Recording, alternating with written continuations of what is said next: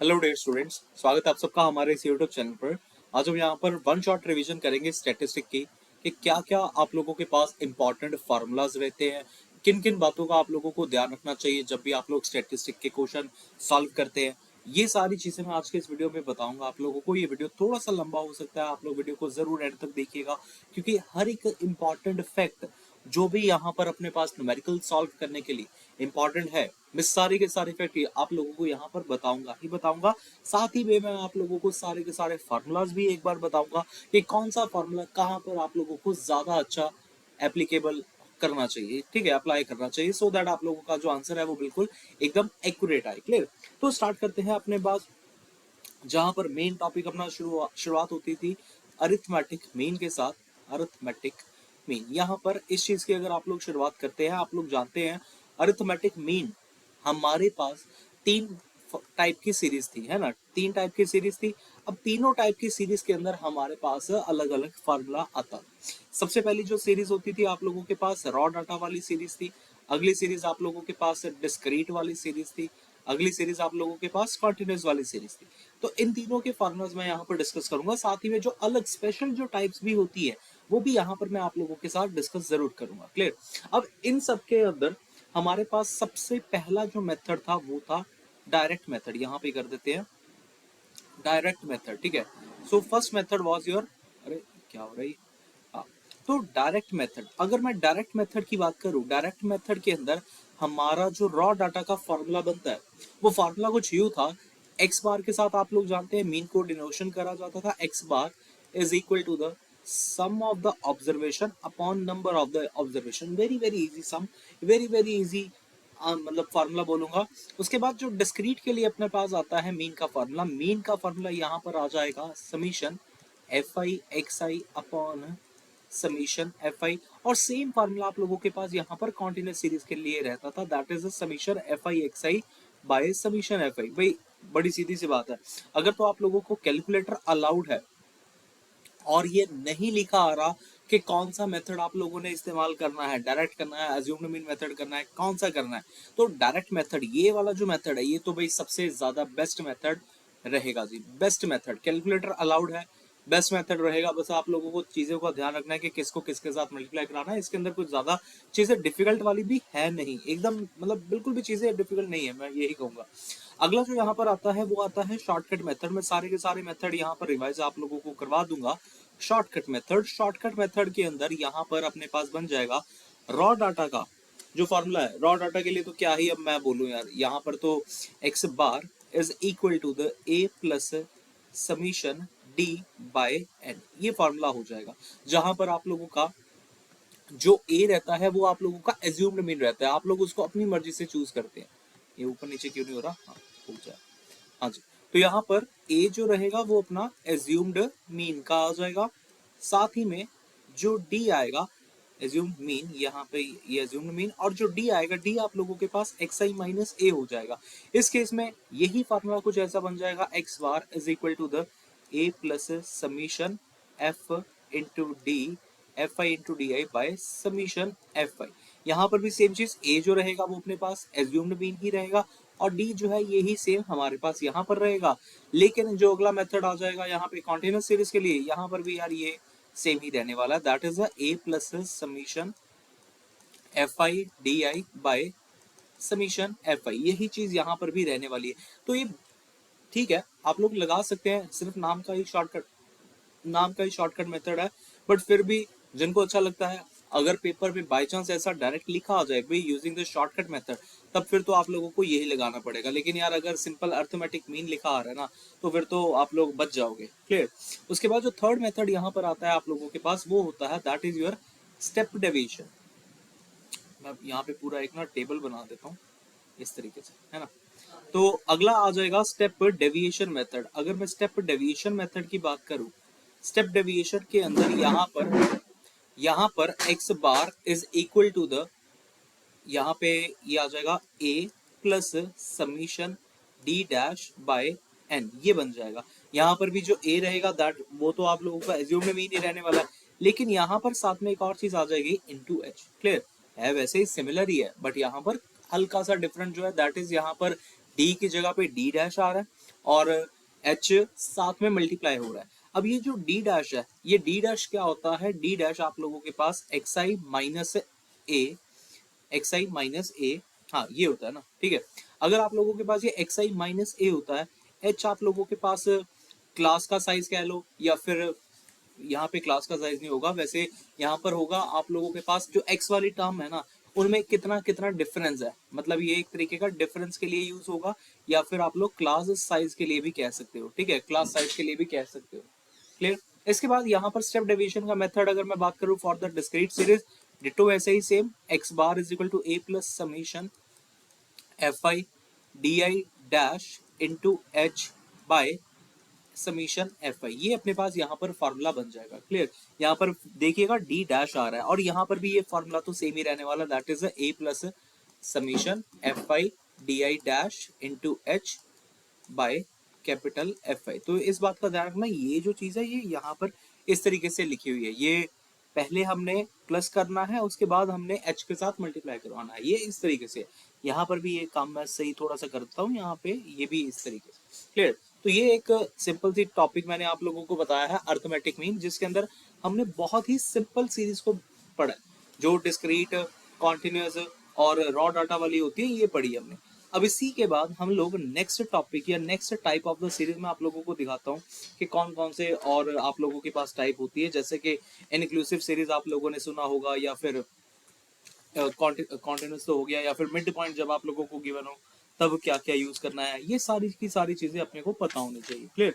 तो यहाँ पे अब मैं शुरुआत करता हूँ इंक्लूसिव सीरीज के लिए जो मीन का फॉर्मूला रहता है, और इंक्लूसिव सीरीज क्या होती है, क्लियर, ये बताता हूँ। तो arithmetic mean in case of inclusive series, देखिएगा इंक्लूसिव सीरीज के अंदर हमारे पास जो सीरीज होती है ना, वो कॉन्टिन्यूस नहीं होती। कॉन्टिन्यूस नहीं होती का मतलब होता है, जैसे मान लो 10 to 19 लिखा गया है, उसके बाद 20 to 29 लिखा जाएगा, इस तरीके से जब आ जाए ना 30 to 39, जब कॉन्टिन्यूस ना आए, तब आप लोग उस सीरीज को इंक्लूसिव सीरीज कहते हैं। अब साथ में अगर मैं इसके फॉर्मूले की बात करूँ, फॉर्मूला तो भाई वही है जो आप लोग कॉन्टिन्यूस सीरीज के लिए लगाते हैं, बिल्कुल सेम वही फॉर्मूला लगाना, चाहे आप डायरेक्ट मेथड के लिए लगाए, that is F into x I by summation F I, चाहे अगर आप लोग ये लगाएं डायरेक्ट मेथड का, चाहे आप लोग इसमें formula A plus summation F I D I dash F I D I by summation F I लाएं, चाहे आप लोग X bar is equal to A plus summation F I D I dash by H, और यहाँ पे summation F I ये लगाएं। Clear? तो फॉर्मूला तो भाई यही है। अब यहाँ पर जब ए एम आता है in case of the inclusive series, हमें कुछ भी सेटिंग यहाँ पर नहीं हिलानी होती, हमें इस केस में इस इंक्लूसिव सीरीज को एज इट इज रखना है, इसको कॉन्टिन्यूस में कन्वर्ट नहीं करना। आप लोग जानते हैं कॉन्टिन्यूस में कन्वर्ट करके हम लोग एक्स निकालते थे, है ना, बट हमने वो चीज यहाँ पर नहीं करनी। क्लियर? अगर आप लोग 10 to 19 में ऐसा करके आ जाए 9.5 to 19.5, ये चीज करने की कोशिश नहीं करनी चाहिए हमें इन केस में, सिर्फ इस केस में, मीन वाले केस के अंदर, ठीक है। तो फॉर्मूलाज तो यही सारे के सारे तीनों के तीनों एप्लीकेबल है। अच्छा, एक और चीज मैं आप लोगों को बता दूं, कॉन्टिन्यूस सीरीज को हमेशा जब भी आप लोगों ने सॉल्व करना है, आप लोग जानते हैं upper limit plus lower limit, upper limit plus lower limit divided by 2, ये आप लोगों का फॉर्मूला रहता है हमेशा। आप लोगों के पास जब भी क्लास इंटरवल गिवन हो, क्लास इंटरवल से हमें अगर लिखने हैं एक्स आई वाली चीजें, क्लियर, ये फॉर्मूला ही हमेशा एप्लीकेबल रहने वाला। ये मैंने बताया नहीं कॉन्टिन्यूस के लिए, बट ये हमेशा रहेगा। अच्छा, इसके बाद आप लोगों की जो सीरीज आती है वो आती है मीन वाली। अब mean for the cumulative, mean for cumulative cumulative frequency distribution, ठीक है, mean for cumulative frequency distribution. आप लोग यहाँ पर जानते होंगे कि दो टाइप की यहाँ पर सीएफ आप लोगों को गिवन होते हैं। एक तो आप लोगों को गिवन होता है भाई लेस देन वाला, और एक आप लोगों को गिवन होता है मोर देन वाला। अब जब लेस देन वाला रहता है, ये पॉइंट हमेशा याद रखना भाई, जब भी आप लोगों के पास लेस देन लिखा हो या फिर बिलो लिखा हो, ये दोनों के मतलब सेम ही है, लेस देन का भी और बिलो का मतलब भी सेम है। क्लियर? तो लेस देन वाले केस में आप लोग पहले वाला जो मतलब सीएफ होगा, है ना, क्योंकि यहाँ पर आप लोगों के पास फ्रीक्वेंसी गिवन नहीं होती है। अगर यहाँ पर फ्रीक्वेंसी नहीं गिवन होती, यहाँ पे भी मैं बता दूं फ्रीक्वेंसी नहीं गिवन होती, हमें सीएफ गिवन होता है। तो हम लोग CF से फ्रीक्वेंसी लिखते ही लिखते हैं। अब ये क्वेश्चन बड़ा ही इंपॉर्टेंट होता है, मैं बता दूं, क्यूमुलेटिव वाला, बहुत सारे एग्जाम में ये पूछा जाता है। CF से फ्रीक्वेंसी लिखते कैसे हैं? जब लेसन वाला केस आता है, आप लोगों को फर्स्ट वाली जो फ्रीक्वेंसी रहेगी, फर्स्ट फ्रीक्वेंसी, उसको यहाँ पर सेम रखना पड़ता है, और फिर नेक्स्ट फ्रीक्वेंसी में, for the next frequency, for the next frequency हमें यहाँ पर माइनस करना पड़ता है। क्लियर? सब्ट्रैक्शन करनी पड़ती है from the next other two terms. लेकिन यहाँ पर मोर देन के केस में क्या होता है, यहाँ पे भी CF से आप फ्रीक्वेंसी तो लिखते ही लिखते हो, यहाँ पर आप लोगों को पहले स्टेप से ही, फ्रॉम द फर्स्ट स्टेप, आपको from the first step you have to subtract the terms. भाई पहले स्टेप से ही आप लोगों को सब्ट्रैक्ट करनी पड़ेगी, और यहाँ पर लास्ट टर्म जो रहती है ना, लास्ट टर्म हमेशा सेम आती है। ये यहाँ पे कुछ चीजें इंटरेस्टिंग है जो आप लोगों को पता होना चाहिए। इस केस में आप लोगों की फर्स्ट फ्रीक्वेंसी सेम रहेगी, इस केस में आप लोगों के पास लास्ट टर्म सेम रहेगी। फर्स्ट फ्रीक्वेंसी के बाद यहाँ पर चेंजेस होने शुरू होंगे माइनस में, यहाँ पर पहले से ही आप लोगों के चेंजेस होने शुरू हो जाएंगे। मैं कोई सम नहीं करके बता रहा हूँ आप लोगों को, मैं सिर्फ इंपॉर्टेंट फैक्ट बता रहा हूँ। क्लियर? ये इंपॉर्टेंट फैक्ट से ही आप लोग अपना आंसर सही कर पाएंगे पेपर में, वरना आप लोगों को ये बहुत गड़बड़ करा देगा। बहुत सारे बच्चे हमेशा ऐसी कुछ गलतियां कराते हैं जिसकी वजह से उनका सारा का सारा आंसर यहाँ पर रॉन्ग हो जाता है। क्लियर? उसके बाद जो नेक्स्ट टाइप के सम आप लोगों के पास पूछे जाते हैं वो आते हैं आप लोगों के पास calculation of the missing frequency. Missing frequency वाले, मिसिंग फ्रीक्वेंसी। अब मिसिंग फ्रीक्वेंसी के अंदर भी ना अपने पास दो टर्म्स होती है। अब मिसिंग फ्रीक्वेंसी के अंदर अगर दो टर्म्स है, दो इक्वेशंस है, वो कैसे कैसे में होती है, देख मैं बता देता हूँ एक बार आप लोगों को। एक सम आता है जिसमें ओनली वन फ्रीक्वेंसी आप लोगों को फाइंड करनी होगी। Only one frequency is to be find, only one frequency is to be find. ये वाला केस होता है जिसमें ओनली वन नहीं, टू कह देते हैं, two frequencies you have to find,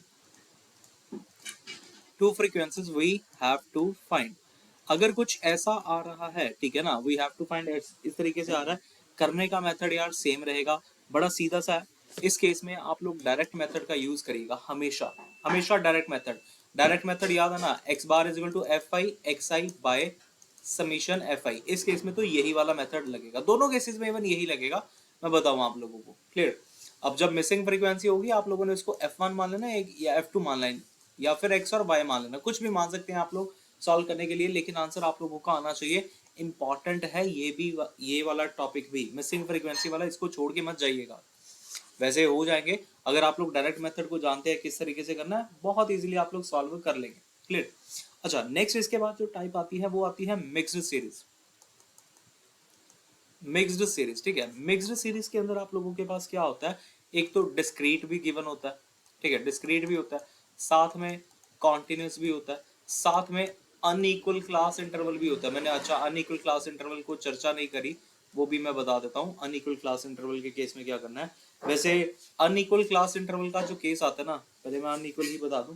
हाँ चलो, पहले अनइक्वल बता देते हैं। जब अनइक्वल क्लास इंटरवल आ जाए उसमें भी कुछ खास नहीं करना, उसमें भी आप लोगों को जस्ट सिंपल अर्थमेटिक मीन का फॉर्मूला लगा के आना है। डिपेंड करेगा आप लोगों का कौन सा लगाना चाहते हो, डायरेक्ट लगाना चाहते हो, स्टेप डेविएशन लगाना चाहते हो, या फिर शॉर्टकट लगाना चाहते हो, जौन सा मर्जी लगाना, आंसर सेम आएगा। अनइक्वल क्लास इंटरवल में आप लोगों के पास क्लास इंटरवल बस बराबर नहीं दिए होते, इस तरीके से दिए होते ना, 10 to 20, फिर 20 to 60, 60 to 120, इस तरीके से, है ना। तो करने का तरीका यहाँ पर बिल्कुल सेम रहेगा। x आप लोग निकालेंगे अपने वही वाले फॉर्मूला से, यहाँ से 15 आ जाएगा, इस केस से x की वैल्यू 40 आ जाएगी, इस केस से x की वैल्यू आप लोगों के पास 90 आ जाएगी। क्लियर? तो ये मतलब बेसिक सा फंडा है। नेक्स्ट मैं ये कह रहा हूँ मिक्स्ड सीरीज, जिसके अंदर डिस्क्रीट भी होगा, कॉन्टिन्यूस भी होगा, और अनइक्वल क्लास इंटरवल होगा।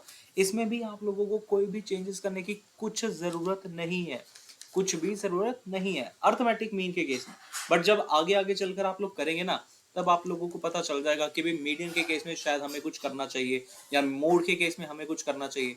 इस केस में तो भाई यही फॉर्मूला सिंपल है, चाहे आप लोग ये लगा लो, चाहे आप लोग डायरेक्ट लगा लो, जौन सा मर्जी लगाओ, इसमें भी ये एप्लीकेबल है, ठीक है, जौन सा मर्जी लगा सकते हो। क्योंकि पेपर में ना जब ऐसी टाइप लिखी आती है ना, तब ये नहीं लिखा आएगा कि पर्टिकुलर आप लोग वही वाला मेथड लगाओ, डायरेक्ट लगाओ, स्टेप डेविएशन लगाओ, शॉर्टकट लगाओ, ये नहीं लिखा आता। क्लियर? वहां पे आप लोगों को सीरीज पहचाननी पड़ती है और फिर उसके हिसाब से अपनी मर्जी से अपना कोई भी फॉर्मूला लगा सकते हो ऐसे केस के लिए। क्लियर?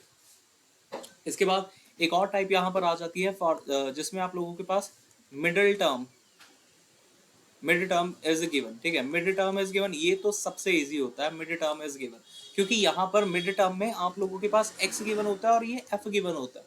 अगर x और f गिवन है तो भाई ये एक तरीके का डिस्क्रीट के केस में कन्वर्ट हो जाता है। अगर ये चीज डिस्क्रीट का केस बन जाता है तो डिस्क्रीट का तो फॉर्मूला यही है, F I X I by summation F I. ये थोड़ा सा कम इंपॉर्टेंट है, ये मैं लिख देता हूँ, कम इंपॉर्टेंट है यार, लीस्ट इंपॉर्टेंट लिख देते हैं, थोड़ा सा इंग्लिश में लिख देते हैं, ये लीस्ट इंपॉर्टेंट है। क्लियर?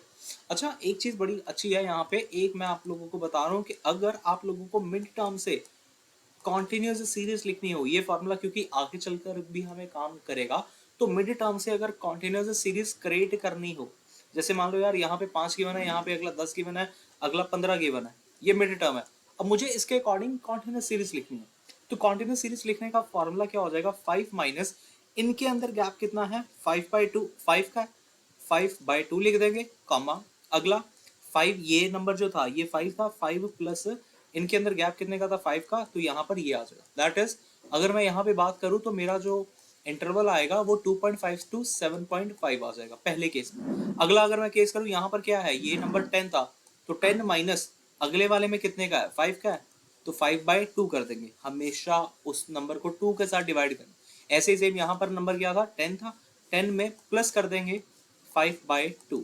ये 5/2 नहीं मैं कह रहा हूँ, मतलब ये इस तरीके से है कि ये 5 किस चीज का है, ये इस गैप का है।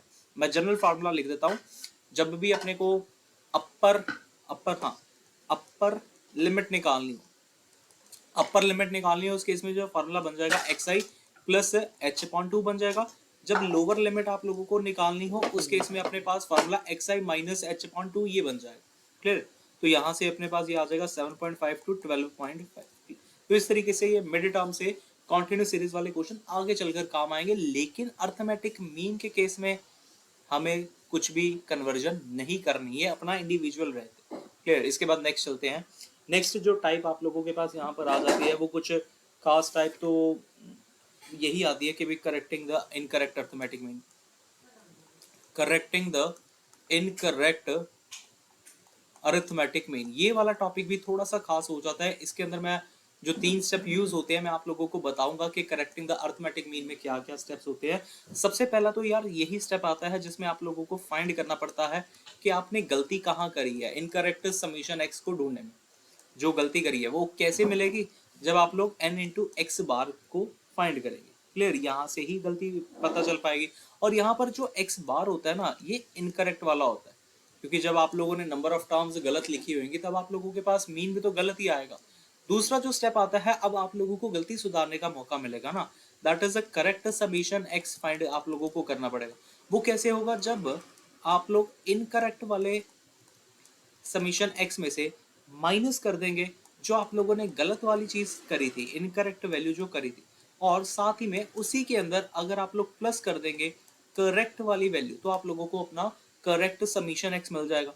हम फाइंड कर रहे हैं यहाँ पे अर्थमेटिक मीन और करेक्ट वाला फाइंड कर रहे हैं ना, तो करेक्ट वाला फाइंड कब होगा, जब आप लोग करेक्ट समीशन एक्स लिखेंगे अपॉन एन लिखेंगे। तो ये 3 स्टेप रहते हैं यहाँ पर क्वेश्चन को सॉल्व करने के लिए। मैंने ऑलमोस्ट हर एक टॉपिक के ऊपर वीडियो बनाई हुई है, इसी प्लेलिस्ट में जाकर आप लोग देख सकते हैं, आप लोगों को सारी चीजें मिल जाएंगी। क्लियर? ला एक और टॉपिक यहाँ से मीन के केस में जो बनता है वो बनता है अपने पास कंबाइंड अरिथमेटिक मीन। अब कंबाइंड अरिथमेटिक मीन की बात कर लेते हैं, बड़ा ही इजी सा फॉर्मूला है यार, ये भी पेपर में कभी कभी 5 मार्क्स में पूछ लिया जाता है। जैसे यहाँ पर होता है एक्स बार 1 2 3, अगर आप लोगों के पास एक से ज्यादा ऑब्जर्वेशन है, ठीक है, और हमें कंबाइंड मीन निकालना हो, उस केस में आप लोग ये फॉर्मूला यूज करते हैं। फॉर्मूला कुछ यूज रहता है कि n1 x1 bar plus n2 x2 bar plus n3 x3 bar upon n1 plus n2 plus n3। ये फार्मूला आप लोगों के पास यहाँ पर रहेगा कंबाइंड अरिथमेटिक मीन के लिए। कभी कभी आप लोगों को ये सारी की सारी टर्म्स है, ये जो यहाँ पर ये जो टर्म्स लिखी है ना, ये सारी की सारी टर्म आप लोगों को गिवन हो सकती है और सिंपल एग्जामिनर पूछ सकता है कि भाई कंबाइंड अरिथमेटिक मीन निकालो। लेकिन कभी कभी कुछ काम उल्टा भी हो सकता है, इसमें से कोई ना कोई वैल्यू मिसिंग भी हो सकती है और आप लोगों को ये वैल्यू गिवन करी जा सकती है। क्लियर? वो डिपेंड करता है आप लोग कैसे अपने आंसर को सॉल्व करते हो। आप लोगों का सिर्फ इतना काम होना चाहिए कि वैल्यूज को पुट करना चाहिए। सबसे पहले वैल्यूज को पुट कर लोगे ना, आप लोगों को खुद ब खुद समझ में आ जाएगा कि हमें क्या चीज निकालनी पड़ेगी यहाँ से। तो ये फार्मूला रहा कंबाइंड अर्थमेटिक मीन का। प्रैक्टिस करना चाहते हो, बहुत सारे खूब क्वेश्चन है मेरे पास पड़े हुए, आप लोग प्लेलिस्ट देख सकते हैं। अगर आप लोगों के पास बुक्स नहीं है, अभी भी आप लोगों के पास टाइम है, तो आप लोग जरूर सारी की सारी 45 तक वीडियोस हैं वो सारी, उनको जरूर देखिएगा जी। नेक्स्ट आपके पास यहाँ पर आ जाएगा प्रॉपर्टीज। प्रॉपर्टीज में इतना कुछ खास है नहीं, properties of the arithmetic mean. उसके बाद एक और टॉपिक आता है, अक्सर बच्चे मुझसे पूछते हैं कि सर आपने वेटेड अर्थमेटिक मीन के ऊपर वीडियो क्यों नहीं बनाई। देखो, वेटेड अर्थमेटिक मीन कुछ खास नहीं है। वेटेड अर्थमेटिक मीन के अंदर सिर्फ और सिर्फ आप लोगों के जगह पे जहां पे फ्रीक्वेंसी आती थी, फ्रीक्वेंसी की रिप्लेसमेंट वेट के साथ कर दी जाएगी, बस यही काम रहेगा वेटेड अर्थमेटिक मीन में। मैंने इसलिए इसके ऊपर वीडियो नहीं बनाई कि बच्चे कर लेंगे। फ्रीक्वेंसी की जगह पे आप लोगों को वेट गिवन होगा, एक्स की जगह पे एक्स ही गिवन होगा, ये ही गिवन होगा, बट फ्रीक्वेंसी की जगह पे आप लोगों को वेट गिवन होगा। तो इसके अंदर जो फार्मूलाज आप लोगों के डायरेक्ट मेथड के थे, जैसा कि डायरेक्ट मेथड के अंदर आप लोगों का फार्मूला जो था x bar is equal to summation F I X I by summation F I, ये फार्मूला था। यहाँ पर यही फार्मूला चेंज हो जाएगा, वो बन जाएगा summation W I X I by W I. बस यही चीज है, अरे डब्ल्यू आई यही चीजें है। एफ की जगह पे आप लोगों ने डब्ल्यू आई लिखते जाना है। Same for the direct method, same for the sub shortcut method, same for the step deviation method. तो इस टॉपिक में से आप लोगों को कोई भी दिक्कत नहीं होनी चाहिए। मैंने आप लोगों को बता दिया कि एक ही बातें हैं ये सारी की सारी। क्लियर? इसके बाद नेक्स्ट टॉपिक के ऊपर चलते हैं। यहाँ पर एक जो टॉपिक आप लोगों का बन जाता होता है कभी कभी, वो आते हैं मेरिट्स एंड डीमेरिट्स। एक बार जरूर इस टॉपिक को रीड करके जाना। मैंने इंपॉर्टेंट वीडियो में भी बताया था, इंपॉर्टेंट टॉपिक की वीडियो में भी बताया था कि ये टॉपिक जरूरी है, merit demerit of mean. Clear? ये सारा इतना चैप्टर आप लोगों के पास मीन का था। इसके बाद नेक्स्ट चलते हैं। नेक्स्ट इंपॉर्टेंट टॉपिक जो आप लोगों के पास पूछा जाता है बड़ा ही छोटे नंबर में, मतलब मैं 2 नंबर या 1 नंबर में बोलूं, उसमें आप लोगों के पास कभी कभी हार्मोनिक मीन के बारे में पूछ लेते हैं, है ना। तो हार्मोनिक मीन मैंने रिसेंटली ही उसकी भी वीडियो बनाई थी। हार्मोनिक मीन के भी अपने पास 3 फार्मूलाज यहाँ पर प्रेजेंट है। मैं डिस्क्रीट का केस डिस्क्रीट नहीं, पहले रॉ डाटा का केस डिस्कस करता हूँ, फिर डिस्क्रीट का केस डिस्कस करता हूँ, और फिर कॉन्टिन्यूस का केस भी एक बार डिस्कस कर लेता हूँ। ठीक है?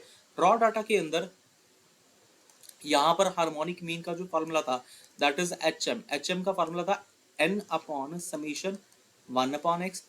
डिस्क्रीट के केस में यहाँ पर एच एम का जो फार्मूला था वो था that is summation F I by summation F I 1 upon x. यहाँ पर बस अपॉन में आती है चीजें, और कॉन्टिन्यूस के केस में भी यही फार्मूला सेम रहने वाला, that is summation F I upon summation F I 1 upon x. तो ये फार्मूला यहाँ पर सेम रहता है डिस्क्रीट और कॉन्टिन्यूस के लिए। आप लोग जानते हैं ऑलमोस्ट बहुत ज्यादा टॉपिक जिसमें डिस्क्रीट और कॉन्टिन्यूस के फार्मूला सेम सेम है। फिर तो ये सारा का सारा था टॉपिक आप लोगों का मीन। अब तक हमने सिर्फ और सिर्फ मीन पढ़ा है, ठीक है। और ये सारी की सारी जो चीजें पढ़ते हैं ना, मीन पढ़ते हैं, मीडियन पढ़ते हैं, मोड पढ़ते हैं, ये सारा का सारा मेजर ऑफ सेंट्रल टेंडेंसी के अंदर ही आता है। मेजर ऑफ सेंट्रल टेंडेंसी, ये इसी के टॉपिक होते हैं हमेशा। अक्सर बच्चे मुझसे पूछते हैं कि सर सेंट्रल टेंडेंसी के ऊपर वीडियो बना दो। भाई यही वीडियो है सारी की सारी, ये उसी के टॉपिक होते हैं सेंट्रल टेंडेंसी के। सेंट्रल टेंडेंसी का मतलब होता है बीच वाली जो वैल्यू होती है, और बीच वाली जो वैल्यू आप लोगों के पास मिलती है वो आप लोगों को मीन, मीडियन और मोड से ही मिलती है। इसके बाद नेक्स्ट टॉपिक हम लोग अब करेंगे यहाँ पे मीडियन का। मीडियन के भी सिंपल सी बात है भाई, अगर जब मीन के हमने 3 केसेस करे तो मीडियन के भी तीनों केसेस हम लोग यहाँ पे डिस्कस कर लेते हैं। एक हम लोग मीडियन का पढ़ेंगे रॉ के लिए, एक पढ़ेंगे डिस्क्रीट के लिए, और एक पढ़ेंगे कॉन्टिन्यूस के लिए। रॉ की बात करते हैं, रॉ डाटा, डिस्क्रीट और फिर कॉन्टिन्यूस। पहले तो बेसिक वाली जो अपने पास टर्म्स रहती हैं इनका यूज करना जरूरी है ना। तो रॉ डाटा के अंदर देखिएगा क्या आता है। रॉ डाटा के अंदर भी आगे फर्दर डिवीजन हो जाती है आप लोगों की इवन और ऑड के ऊपर। जब आप लोगों के पास ऑड होता है उस केस में जो आप लोगों का जो मीडियन पड़ा होता है ना, दैट इज n+1/th टर्म, ये होता है। लेकिन जब अपने पास इवन आता है ना, इस केस में आप लोगों का जो फार्मूला बन जाता है मीडियन निकालने का, वो बन जाता है n/2 + n/2 + 1।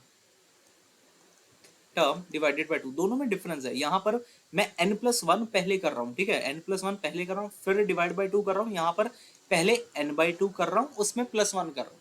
एक और चीज, मीडियन निकालते समय एक चीज का ध्यान रखना बड़ा जरूरी है, आप लोगों का डाटा डाटा असेंडिंग और डिसेंडिंग किसी भी एक ऑर्डर में होना ही चाहिए, वरना आप लोगों का आंसर गलत आ जाएगा, आप लोग अपने कंक्लूजन तक पहुंच नहीं पाओगे। तो ये बड़ा इंपॉर्टेंट फैक्ट है।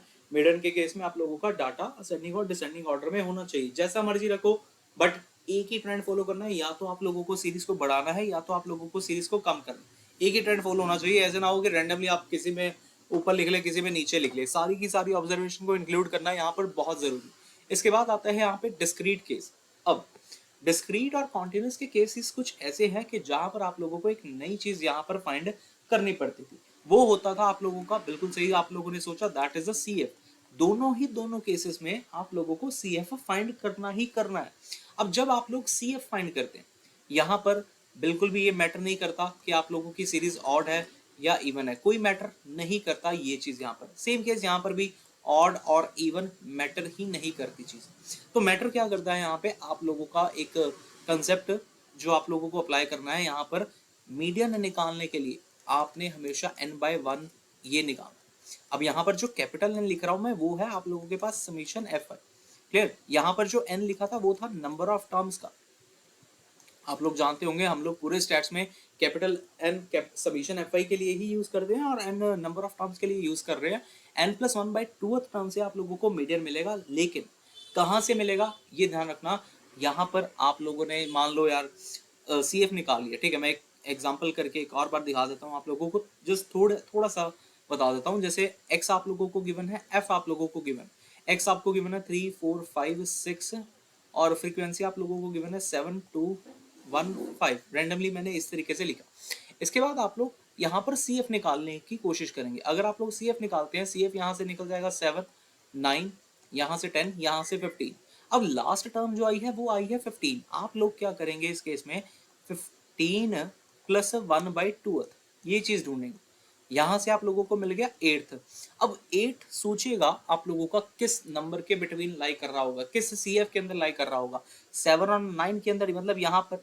तो इसके नेक्स्ट वाला जो ये नंबर रहेगा दैट इज अ 9, उसके सामने जो x की वैल्यू आएगी, x की वैल्यू, ठीक है, ये चीज आप लोगों का यहाँ पर मीडियन बन जाता है। क्लियर? ये फैक्ट याद रखना पड़ेगा, तभी मैं कुछ की एग्जाम्पल बता रहा हूँ जो कि मुझे लगता है कि आप लोग भूल सकते हैं पेपर में। कॉन्टिन्यूस के केस में, अब कॉन्टिन्यूस के केस में तो भाई एक पूरा प्रॉपर फॉर्मूला अपने पास पड़ा हुआ। क्लियर? वो फॉर्मूला क्या था मैं आप लोगों को लिख के बताता हूँ कि फॉर्मूला क्या था। That was median is equal to L + n/2 - CF upon F into H। ये फॉर्मूला आप लोगों के पास रहता है। यहाँ पर कैपिटल N जो था that is a summation FI था। जो CF था, CF क्या था, CF आप लोगों के पास, चलो पहले लोअर लिमिट की बात कर लें ताकि एक और आप लोगों को चीज पता चल जाए। लोअर लिमिट के एल क्या था, एल था आप लोगों के पास lower limit of median class. अब ये मीडियन क्लास कहाँ से निकलती थी, ये मीडियन क्लास आप लोगों के सीएफ से ही निकलती थी। मैं इसके भी एक थोड़ी सी एग्जांपल आप लोगों को बताऊंगा जरूर, ठीक है। मैं यहाँ पे बता देता हूँ, जैसे यहाँ पे मैंने लिखा x लिखा, यहाँ पे मैंने f लिखा, और अच्छा कॉन्टिन्यूस है ना, तो ये कॉन्टिन्यूस के केस में यहाँ पे मैं क्लास इंटरवल आप लोगों को दे देता हूँ। इस केस में हमें x निकालने की जरूरत ही नहीं पड़ती, मैं बताऊँ, जरूरत ही नहीं है x निकालने। तो सी आई, जैसे मान लो यार मैंने यहाँ पे 10 to 20 दे दिया, 20 to 30 दे दिया, और 30 to 40 दे दिया, और 40 to 50 दे दिया, इस तरीके से। फ्रीक्वेंसी मैंने लिख दी 5 7 1 और 18 8 लिख दी। चलो सी एफ निकालने की हम लोग यहाँ पर कोशिश करेंगे। सी एफ आप लोगों का आ जाएगा 5 + 12 + 13, और फिर इसमें ऐड कर देंगे तो ये आ जाएगा 21, है ना। अब 21 अगर आप लोगों के पास ये आया है, आप लोगों ने 21 डिवाइडेड बाई 2 करना है, सिर्फ और सिर्फ 2। जो ये लिखा जाता है ना ये चीज यहाँ पर, यहाँ से हमें CF हमेशा मिलेगा। क्लियर? तो 21/2 कितना हो जाता है, 10.5 हो जाता है। तो 10.5 आप लोग देखिएगा किसके अंदर लाई कर रहा होगा, यहाँ पर कहीं पे लाई कर रहा होगा। अगर यहाँ पर कहीं पे लाई कर रहा है, इसके नेक्स्ट हाइयर पे जो CF था, नेक्स्ट हाइयर पे CF है 12, तो इसके सामने वाली जो चीज रहेगी ये आप लोगों के पास मीडियन क्लास आ जाएगी। क्लियर? ये मीडियन क्लास आ जाएगी, और इस मीडियन क्लास की जो लोअर लिमिट है, मीडियन क्लास की लोअर लिमिट यहाँ पर कितनी है, that is your 20। All clear? उसके बाद एल की value lower limit of the median class आ गई। सी एफ आप लोगों के पास क्या आता है, प्रीसीडिंग वाले का, मीडियन क्लास जो है ना, जो भी मीडियन क्लास आई उसके ऊपर वाली फ्रीक्वेंसी हमेशा ऊपर वाली आएगी। बड़ा सीधा सा फंडा है जो आप लोगों को याद रखना है। जैसे आप लोगों का 10.5 आ रहा है, यहाँ पर आप लोग 10.5 सब्स्टिट्यूट कर दोगे ना इस जगह पे, इसमें माइनस करना है। अब सोचो यार, माइनस कर रहे हैं सी एफ, अगर मैं 12 लिख लूंगा तब तो मेरा आंसर नेगेटिव आ जाएगा। मैं अपना आंसर नेगेटिव नहीं लेके आना चाहता, यहाँ पे मैं अपना आंसर पॉजिटिव लेकर आना चाहता हूँ। तो पॉजिटिव कब आएगा, जब मैं बड़ी वाली वैल्यू में से छोटी वाली वैल्यू को माइनस।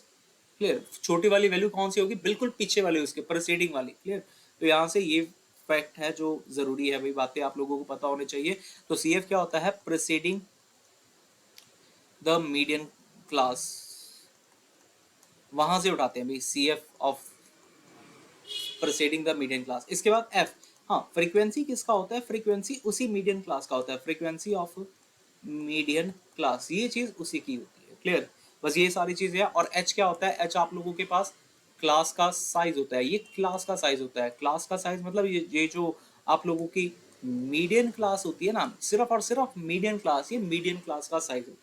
क्लियर, ये सारे के सारे फार्मूलाज आप लोगों को अभी मैंने बताए हैं। अब इसके बाद मैं आप लोगों को सामने रखूंगा जो स्पेशल टाइप्स हमने पढ़ी, जैसे अनइक्वल क्लास इंटरवल हो गया, मिडल वैल्यू वाली सीरीज हो गई, इंक्लूसिव सीरीज हो गई, इनके बारे में देखिए। अब जब हम बात करेंगे सबसे पहले तो इंक्लूसिव सीरीज की। इंक्लूसिव सीरीज याद है, मीन के केस में हमने कोई भी चेंजेस नहीं करे थे, लेकिन इस मीडियन के केस में हमें यहाँ पर चेंजेस करने पड़ते हैं। वो चेंजेस किस तरीके से होंगे, जैसे कि आप लोगों के पास यार सीरीज ऐसे है, जैसे 10 to 19 है, 19 to 20 नहीं, 19 to नहीं, 20 to 29 है, 30 to 39 है। इस तरीके की अगर आप लोगों को सीरीज मिल जाती है, that is the continuous interval. आप क्लास इंटरवल आप लोगों को मिल जाता है, फ्रीक्वेंसी आप लोगों को 5 7 1 मिल गई है, सी एफ आप लोग निकालने की कोशिश कर लोगे, लेकिन सबसे पहले आप लोगों को इसको थोड़ा सा एडजस्ट करना पड़ेगा। सी एफ ऐसे ही मत निकालना इस केस में, ये पॉइंट है जो आप लोगों को पता होने चाहिए ना। अब यहाँ पर हम लोग कन्वर्ट करते हैं, किस तरीके से कन्वर्जन होती है ये देखिएगा। हम लोग यहाँ पर देखते हैं कि इनके अंदर गैप कितने का है, ठीक है ना, इनके अंदर गैप, ये देख लो मैंने एक एरो बनाया है यहाँ पे, ये इस तरीके से एरो बनाया। इनके अंदर जितना भी गैप होगा ना, जैसे मान लो यार यहाँ पर गैप है 1 का, तो हम लोग 1 को डिवाइड कर देंगे 2 के साथ। 1 को एक बार डिवाइड कर दिया 2 के साथ, फिर जो लोअर वाली फ्रीक्वेंसी है, जो लोअर वाली क्लास है, लोअर वाली लिमिट, सॉरी लोअर वाली जो लिमिट है, वहां पर हम लोग माइनस करेंगे, जो अपर वाली लिमिट है उसी में वही चीज प्लस करेंगे। मतलब अगर मैं यहाँ पर लिखूं तो ये मेरे पास आ जाएगा 9.5 टू 19.5 बन जाएगा। क्यों, क्योंकि मैंने 10 में से माइनस कर दिया 1/2। अगर नहीं समझ में आया, एक बार फिर से इस वीडियो को थोड़ा सा पीछे करके सुनना, या फिर पूरा कंसेप्ट जानने के लिए पूरी वीडियो देख लेना, आप लोगों को समझ में आ जाएगी चीज। उसके बाद ऐसे ही सेम 20 था, 20 में माइनस करेंगे 19.5 और यहाँ पर 29.5 बन जाए। इस तरीके से करने से आप लोगों की जो सीरीज है वो कॉन्टिन्यूस बन जाएगी, बट यहाँ पर कोई भी चेंजेस फ्रीक्वेंसी के अंदर नहीं आएगा। फ्रीक्वेंसी एज इट इज रहेगी 5 7 1, वो फ्रीक्वेंसी सेम रहेगी। सी एफ भी सेम ही आएगा, 5 12 और 13, ये सारा का सारा सेम आएगा।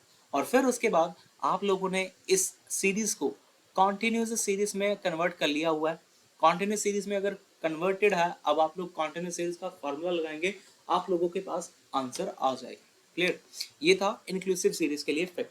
अब इसके बाद मैं आप लोगों को नेक्स्ट सीरीज के बारे में बताता हूं, जहां पर आप लोग कहते हैं unequal class interval. Unequal class interval के अंदर भी हमें कुछ भी ऐसा काम नहीं करना, कोई हमने उसको एडजस्ट नहीं करना, कोई फ्रीक्वेंसी को हाफ हाफ कुछ ऐसा नहीं करना, हमें सिर्फ यहाँ पर नॉर्मल ही अपना रखना है। जो आप लोगों ने फार्मूला लगाया था मीडियन का, median is equal to L plus N/2 minus C F upon F into H, यहाँ पर हम सिर्फ और सिर्फ यही फार्मूला लगाएंगे, और यहाँ पर कुछ और चीज नहीं है, ठीक है। बस ये ध्यान रखना, L क्या रहेगा, lower limit, lower limit of median class, साथ में जो H रहेगा वो आप लोगों का रहेगा size, class size of median class. ये बड़ा जरूरी है, अक्सर बच्चे गलती कर जाते हैं कि भाई H की जगह पे हम क्या लिखें, क्योंकि आप लोगों के पास यहाँ पर तो अनइक्वल क्लास इंटरवल होने वाला है, तभी मैं यहाँ पे कह रहा हूँ कि H आप लोगों का क्या होगा, क्लास साइज ही होगा। किसका होगा, that will be of the median class, इस चीज का आप लोगों के पास रहेगा जी। इसके बाद अगला क्वेश्चन आ जाए, अगर मिड वैल्यू से मिड वैल्यू सीरीज। अगर मिड वैल्यू सीरीज की मैं बात करूँ ना, तो मिड वैल्यू सीरीज सबसे ज्यादा खास है यार, क्योंकि मिड वैल्यू सीरीज में आप लोगों के पास एक्स गिवन होगा, आप लोगों के पास फ्रीक्वेंसी गिवन होगी। अब हमें इस एक्स से सी आई में लिखना ही पड़ेगा। इस केस में तो मैंडेटरी है ही है। ये इस केस में मैंडेटरी क्यों है?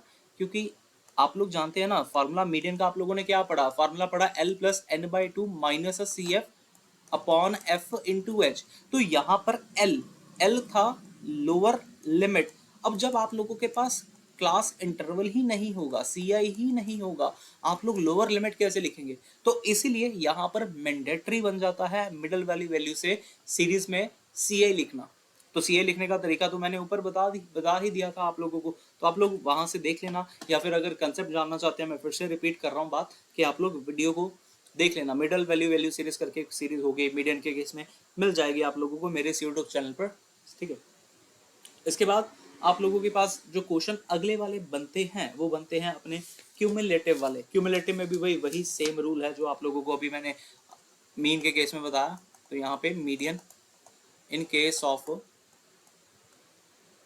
क्यूमुलेटिव सीरीज, क्यूमुलेटिव सीरीज फिर से भाई दो टाइप में डिवाइड हो जाएगी यहाँ पर भी। एक तो आ जाएगा लेस देन, और एक आ जाएगा मोर देन, ठीक है। यहाँ पर भी सेम चीज यार, यहाँ पर सी एफ आप लोगों को गिवन होगा। अक्सर बच्चे यही गलती करते हैं, वो सी एफ समझते नहीं, वो वहां पे समझते हैं कि फ्रीक्वेंसी गिवन है और फिर सी एफ नया फाइंड करने लग जाते हैं। ऐसा नहीं करना कभी भी, ठीक है ना, ऐसा नहीं करना कभी भी। यहाँ पर भी आप लोगों को सी एफ गिवन होगा ही होगा। क्लियर? अब वो पता कैसे चलता है? अक्सर बच्चे पूछते हैं कि सर वो पता कैसे चलता है कि ये गिवन है। अरे भाई साफ साफ वहां पे लिखा होता है, ऐसा लेस देन 10 ऐसा करके लिखा होता है, लेस देन 20, लेस देन 30 इस तरीके से लिखा होता है। यहाँ पे मोर देन 10 लिखा होता है, ठीक है ना, मोर देन 10, मोर देन 20 इस तरीके से डाटा लिखा होता है। तो जब भी ऐसा डाटा लिखा है, दैट मीन्स वो आप लोगों के पास क्यूमुलेटिव सीरीज वाला डाटा है। अब लेस देन है मोर देन है, वो डिपेंड कर जाएगा कि गिवन क्या है, ठीक है। अब यहाँ से भी वही स्टेप यार, आप लोगों को सबसे पहले तो सी एफ से फ्रीक्वेंसी फाइंड करनी ही करनी है। अब वो कैसे होने वाली है? जब आप लोगों के पास लेस देन वाली टाइप है, ठीक है ना, उसमें फर्स्ट टर्म सेम, यहाँ पे भी सेम काम है यार, फर्स्ट टर्म सेम है। Find difference for other, find difference for other term, बाकियों के लिए हम लोग डिफरेंस फाइंड करेंगे। लेकिन यहाँ पर क्या हो जाएगा? यहाँ पे फर्स्ट स्टेप से ही, from first step, from first step find difference, ये चीज रहेगी। और यहाँ पे लास्ट टर्म सेम रहनी ही चाहिए। जो ऑलरेडी सी एफ की वैल्यू गिवन है एट द लास्ट, वही आप लोगों के पास कॉन्टिन्यूस इंटरवल, क्लास इंटरवल के अंदर लास्ट टर्म बनेगी, हमेशा होगा ही होगा ये चीज। अगर आप लोग ऐसा नहीं लिख पा रहे हैं, दैट मीन्स आप लोगों ने कुछ ना कुछ तो गड़बड़ करी है। इसके बाद भी मीडियन वाले क्वेश्चन आ जाते हैं, जिसमें आप लोगों को फ्रीक्वेंसी फाइंड करनी होती है। तो टॉपिक का नाम है मिसिंग फ्रीक्वेंसी।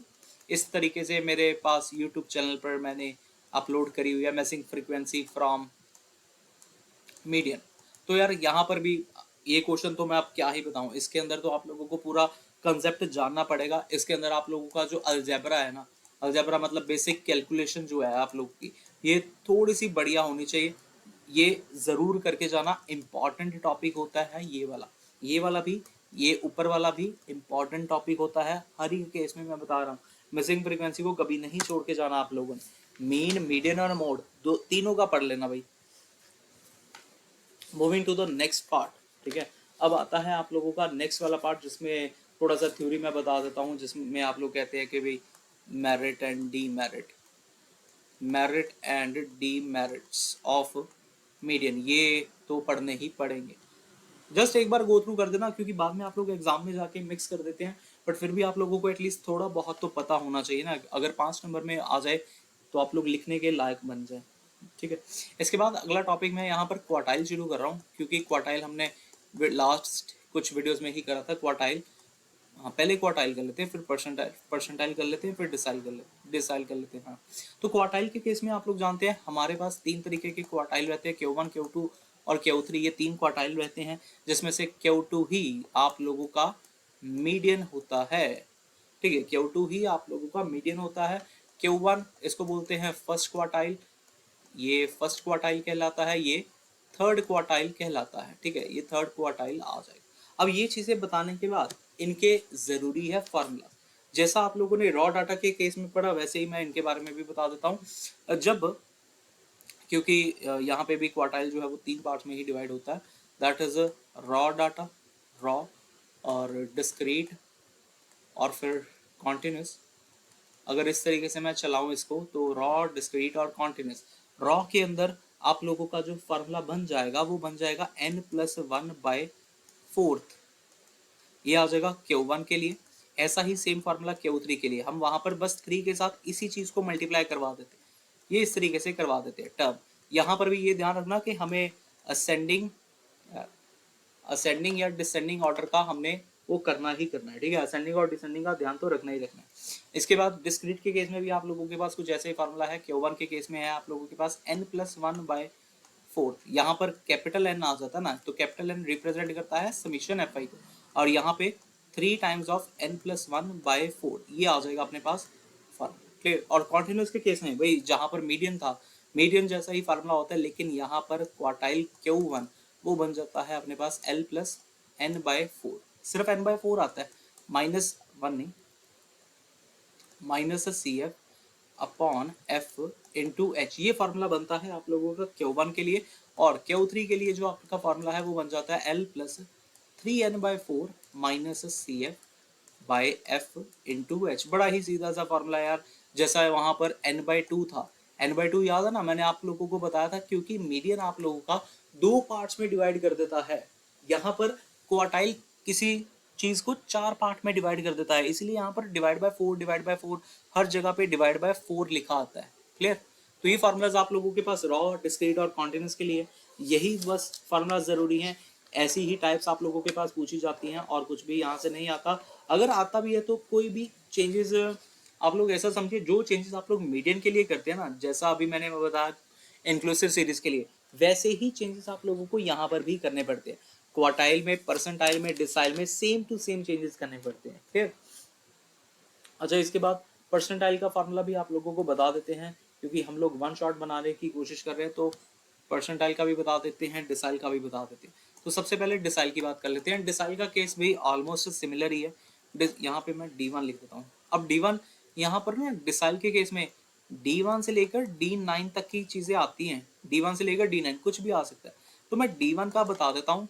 उनका क्या होगा, बाकियों का सभी का सेम कुछ ऐसा ही रहता है, बस वहां पर मल्टीप्लीकेशन में जो आता है ना, जैसे यहाँ पर D1 है, अगर मान लो D7 निकालना हो तो 7 इंटू n+1/10 ये चीज बन जाएगी, बस बाय 10 आ जाता है, ठीक है।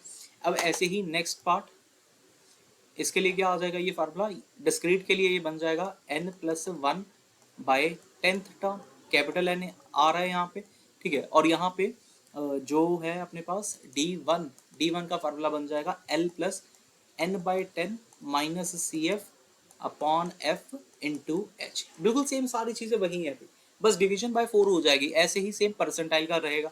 परसेंटाइल के केस में जो डिविजन होती है वो अकॉर्डिंग टू द 100 होती है, तो P1 से लेकर P100 तक की कुछ भी वैल्यूज आ सकती है।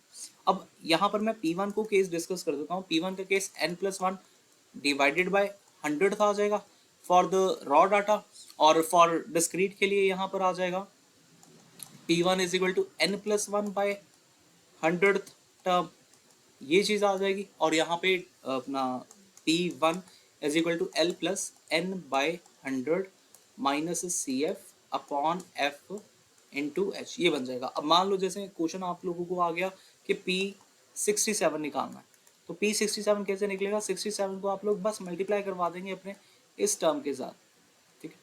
और यहाँ पे P67 का क्या बन जाएगा, 67 को यहाँ पर भी हम लोग मल्टीप्लाई करवा देंगे इसके साथ, और फिर यहाँ पर P67 के लिए यहाँ पर भी L+67n/100 -CF/F इंटू H, ये चीज अपने पास बन जाती है। अच्छा न्यूमेरिकल करते समय ध्यान रखना, मैंने न्यूमेरिकल वाली जो वीडियो डाली हुई है डिसाइल के लिए, क्वार्टाइल के लिए और परसेंटाइल के लिए, वो एक बार जरूर देख लेना, क्योंकि खासकर डिस्क्रीट के केस में ना वहां पर एक पॉइंट जो है वो आप लोगों को ध्यान देना पड़ता है, ठीक है। टू बी नोटेड लिख रहा हूँ, टू बी नोटेड और टू बी वॉच्ड, इसका वीडियो जरूर देख लेना अभी, क्योंकि आप लोगों को और थोड़ी कंसेप्ट की क्लैरिटी हो जाएगी इस केस के अंदर, ठीक है। इसके बाद मूव करते हैं अपने नेक्स्ट पार्ट पे, जहां पर आप लोग मेरे से समझेंगे कि मोड के बारे में। वीडियो बहुत लंबा बन सकता है, मैं ऐसा करूँगा, पहले मीन, मीडियन और मोड के कुछ फार्मूलाज बता देता हूँ, फिर इसके बाद मैं आप लोगों को मीन डेविएशन और स्टैंडर्ड डेविएशन के फार्मूलाज आप लोगों को बता दूँ, सो दैट आप लोगों को भी पता चल जाए कि कौन कौन से फार्मूलाज हमारे पास यहाँ पर सुटेबल हैं। ठीक है, सो भाई मोड की बात करें अब, तो मोड क्या होता था? मोड होता था भाई सबसे ज्यादा अक्रेंस हायर टाइम किसी नंबर का होना, ठीक है ना, सबसे ज्यादा बार कोई चीज अगर आई होगी हमारे पास, हम लोग उसको बोलते हैं मोड। ठीक है, ये बड़ा सीधा सा है, मोड जो चीज सबसे ज्यादा बार आई हुई है। अब डिस्क्रीट के केस में इसका कोई फार्मूला नहीं है, क्योंकि हम लोग इसको एज इट इज ऐसे ही देख के कर लेते हैं। कॉन्टिन्यूस के केस में एक ही फार्मूला है, रॉ डाटा के केस में भी कोई फार्मूला नहीं है। तो मैं यहाँ पर मोड का सिर्फ और सिर्फ कॉन्टिन्यूस वाला पार्ट डिस्कस करता हूँ। तो मोड का जो फार्मूला यहाँ पर आता है, देखो मोड को जो रिप्रेजेंट करते हैं हम लोग जेड के साथ करते हैं।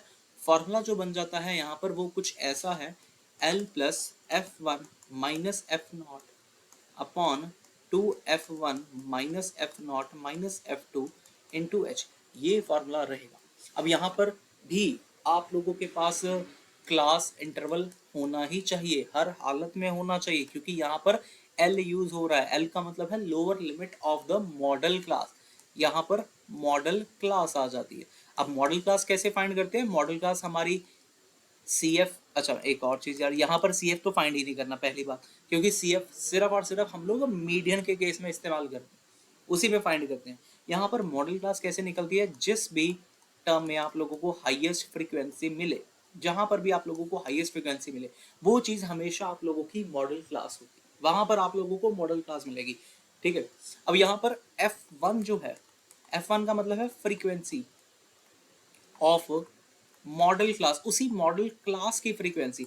लेकिन एफ नॉट क्या है? प्रोसीड, प्रोसीड माने पहले, उससे पहले वाले की।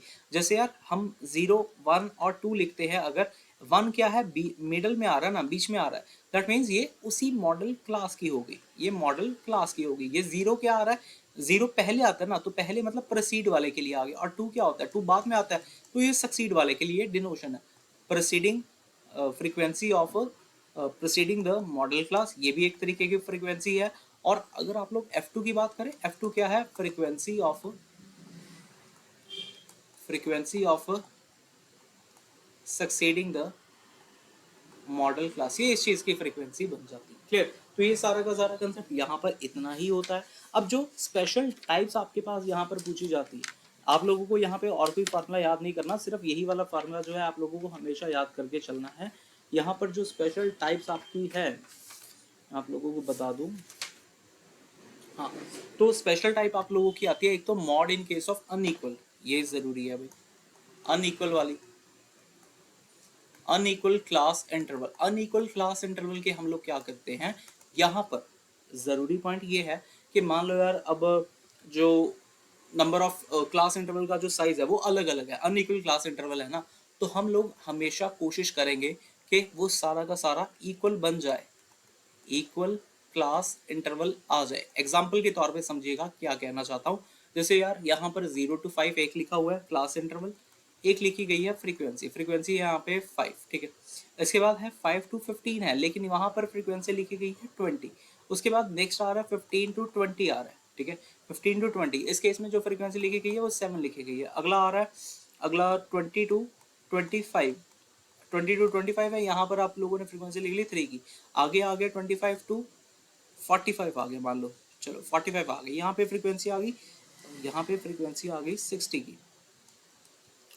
कुछ इस तरीके से अगर आप लोग डिवीजन करें, बट हमें यहाँ पर अब सबसे ज्यादा जरूरी काम है कि हमें इनको इक्वल बनाना है। इक्वल किस तरीके से बनेगा देखिएगा, आप लोग सभी की सभी जगह पे जो गैप लेंगे, जो सबसे कॉमन, जो सबसे छोटा गैप होना, उसको कंसिडर करना। जैसे यहाँ पर 0 to 5 फ्रीक्वेंसी, तो यहाँ पर 5 आ जाएगी, लेकिन आगे जो है वो है 10 का गैप, तो हम लोग यहाँ पर 5 to 10 करेंगे, और साथ ही में फ्रीक्वेंसी को भी हाफ में डिवाइड कर देंगे। हाफ ही क्यों? क्योंकि हमने इसके 2 इंटरवल बनाए हैं, 2 इंटरवल बनाए ना, तो इसीलिए ये जो फ्रीक्वेंसी थी वो भी 10-10 में डिवाइड हो जाएगी। फ्रीक्वेंसी 10-10 में डिवाइड होने का मतलब है यहाँ पे आ जाएगा, अरे यार ये चल क्यों नहीं रहा, हाँ यहाँ पे आ गया 5, यहाँ पे आ जाएगा 10, यहाँ पर आ जाएगा 10। आगे तो 15 to 20 ही है, दैट वो तो आपको 7 ही देगा। उसके बाद 20 to 25 है, 20 to 25 में भी आप लोगों को क्या मिल जाएगा, यहाँ पे भी आपने को 3 ही मिलेगा। लेकिन आगे 25 to 45 है, हम लोग यहाँ पे पार्टीशन कितनी करने वाले हैं, 4 की पार्टीशन करने वाले हैं ना, क्योंकि 25 टू 30 जाएंगे, 30 टू 35 जाएंगे, 35 टू 40 जाएंगे, 40 टू 45 जाएंगे। तो अगर हमने यहाँ पर 4 पार्टीशन करी है तो 60 को भी हम 4 के अकॉर्डिंग डिवाइड कर लेंगे। क्लियर? ये मैंने एक एग्जांपल बताई है, जरूरी नहीं कि ऐसा ही क्वेश्चन आएगा, बट अप्रोच जो रहेगी, बेसिक कंसेप्ट जो रहेगा वो यही वाला कंसेप्ट रहेगा। क्लियर? तो ये था आप लोगों का इक्वल क्लास इंटरवल। इसके बाद जो टाइप आप लोगों के पास पूछी जाती है वो आती है इंक्लूसिव सीरीज। मैंने बताया इंक्लूसिव सीरीज के अंदर हम क्या कर रहे थे, मीन के केस में हमने कोई चेंजेस नहीं करे, हाँ मीडियन के केस में हमने चेंजेस करे, लेकिन जब आप लोगों के पास मोड आ जाएगा इसमें भी आप लोगों को चेंजेस करने पड़ेंगे। दैट इज इंक्लूसिव सीरीज को हमें कन्वर्ट करना पड़ेगा इन द कॉन्टिन्यूस सीरीज। अब वो कॉन्टिन्यूस सीरीज में कन्वर्जन किस तरीके से होगी, वही चीज है भाई, आप लोगों को वो फैक्टर जो था इस तरीके से ना उसको माइनस करना पड़ेगा h/2 लोअर लिमिट के अंदर और अपर लिमिट के अंदर प्लस करना पड़ेगा उस h/2 को। इस तरीके से आप लोगों की ये जो सीरीज है ये आप लोगों की कॉन्टिन्यूस बनेगी, वरना आप लोगों की ये सीरीज कॉन्टिन्यूस नहीं बन पाएगी। क्लियर? नेक्स्ट क्वेश्चन आप लोगों के पास यहाँ पर पूछे जाते थे क्यूमुलेटिव फ्रीक्वेंसी डिस्ट्रीब्यूशन में। अब मैं क्यूमुलेटिव का क्या ही बताऊं, इतनी बार हमने इसके बारे में चर्चा कर ली है। Cumulative frequency distribution, cumulative frequency distribution की बात करें फिर से वही चीज, यहाँ पर ये दो पार्ट में डिवाइड हो जाएगा, एक तो आ जाएगा लेस देन में और एक आ जाएगा मोर देन में। लेस देन वाला केस, इसमें क्या होगा आप लोगों को भाई फर्स्ट टर्म सेम रखनी है, फर्स्ट टर्म सेम रखनी है, फाइंड डिफरेंस बाकी होगा फ्रॉम अदर, लेकिन यहाँ पर क्या होगा start from first, first difference, यहाँ पे फर्स्ट से ही डिफरेंस करना है, देन लास्ट सेम, यहाँ पर लास्ट सेम रखनी, ये ही है चीज बस। मोड इन केस ऑफ ये आ जाएगा। एक और टाइप जो आप लोगों की होती है मोड फॉर मिड सीरीज, जब आप लोगों को मिड सीरीज गिवन हो, ये बड़ा खास है यार, ये एकदम सुन के जाना, मिड सीरीज खास है। क्यों? क्योंकि यहाँ पर x गिवन होता है, यहाँ पर f गिवन होता है ना, ये सारी की सारी अगर चीजें गिवन है तो हमें यहाँ पर भी इसको क्लास इंटरवल में लिखना ही लिखना है। अब x को क्लास इंटरवल में अगर आप लोग लिखते हैं, फार्मूला क्या रहता है, लोअर लिमिट निकालने का फार्मूला रहता है x माइनस h/2 और अपर लिमिट का फार्मूला x प्लस h/2, ये रहने वाला फार्मूला है। बाकी जो मेन हमने इनके अंदर जो फार्मूलाज लगाने हैं वो कॉन्टिन्यूस वाले ही फार्मूलाज लगाने, जो कि आप लोग जानते हैं, ठीक है ना, कॉन्टिन्यूस वाले ही फार्मूलाज आप लोगों को यूज करने। लास्ट में आप लोगों के पास जो आ जाएगा वो आ जाएगा मेन टॉपिक, जिसमें आप लोगों ने मिसिंग फ्रीक्वेंसी ये चीज़ निकालनी, मिसिंग फ्रीक्वेंसी। अब मिसिंग फ्रीक्वेंसी मोड वाला मैं फिर से बता रहा हूँ, इंपॉर्टेंट टॉपिक है, करके जाना। अगर आप लोगों को नहीं देखा है आप लोग मेरे वीडियोस में से देख सकते हैं, ठीक है। तो बस यही सारे टॉपिक है जो आप लोगों के लिए ज़रूरी हैं। और लास्ट का एक और topic merit and demerit, merit and demerit of mode, ठीक है। तो ये सारे के सारे हमने 3 टॉपिक डिस्कस करे हैं, जिसमें मैंने पूरा ऑलमोस्ट आप लोगों को बता दिया है कि कौन कौन सा फार्मूला कहाँ कहाँ पर आप लोगों को यूज़ करना है। एक और एक याद आया मुझे, जो कि 2 मार्क्स में आप लोगों से पूछ लिया जाता है, दैट इज एक चलो मैं आप लोगों से पूछता हूँ एम्पेरिकल फार्मूला, ठीक है। एम्पेरिकल फार्मूला आप लोग जरूर करके जाना, कमेंट बॉक्स में उसका आंसर बता के जाना कि एम्पेरिकल फार्मूला आप लोगों को याद है कि नहीं, ठीक है। तो ये सारी चीज़ें हैं जो आप लोगों को मेजर ऑफ सेंट्रल टेंडेंसी के अंदर हम लोग पढ़ते हैं। अगला टॉपिक हम लोग करेंगे मेथड ऑफ वेरिएशन वाला, जिसके अंदर मैं आप लोगों को पूरा पूरा बताऊंगा कि मेथड ऑफ वेरिएशन के अंदर जो मीन डेविएशन और स्टैंडर्ड डेविएशन आते हैं उनके क्या क्या फार्मूलाज हैं। उम्मीद है आप लोगों के बहुत सारे कंसेप्ट यहाँ पर क्लियर हो चुके होंगे। एक बार फिर से ये एक वन शॉट रिविजन वीडियो थी, नेक्स्ट पार्ट में बाकी की चर्चा हम लोग कंटिन्यू करते हैं, ठीक है। So thank you so much for watching this video, have a very good day.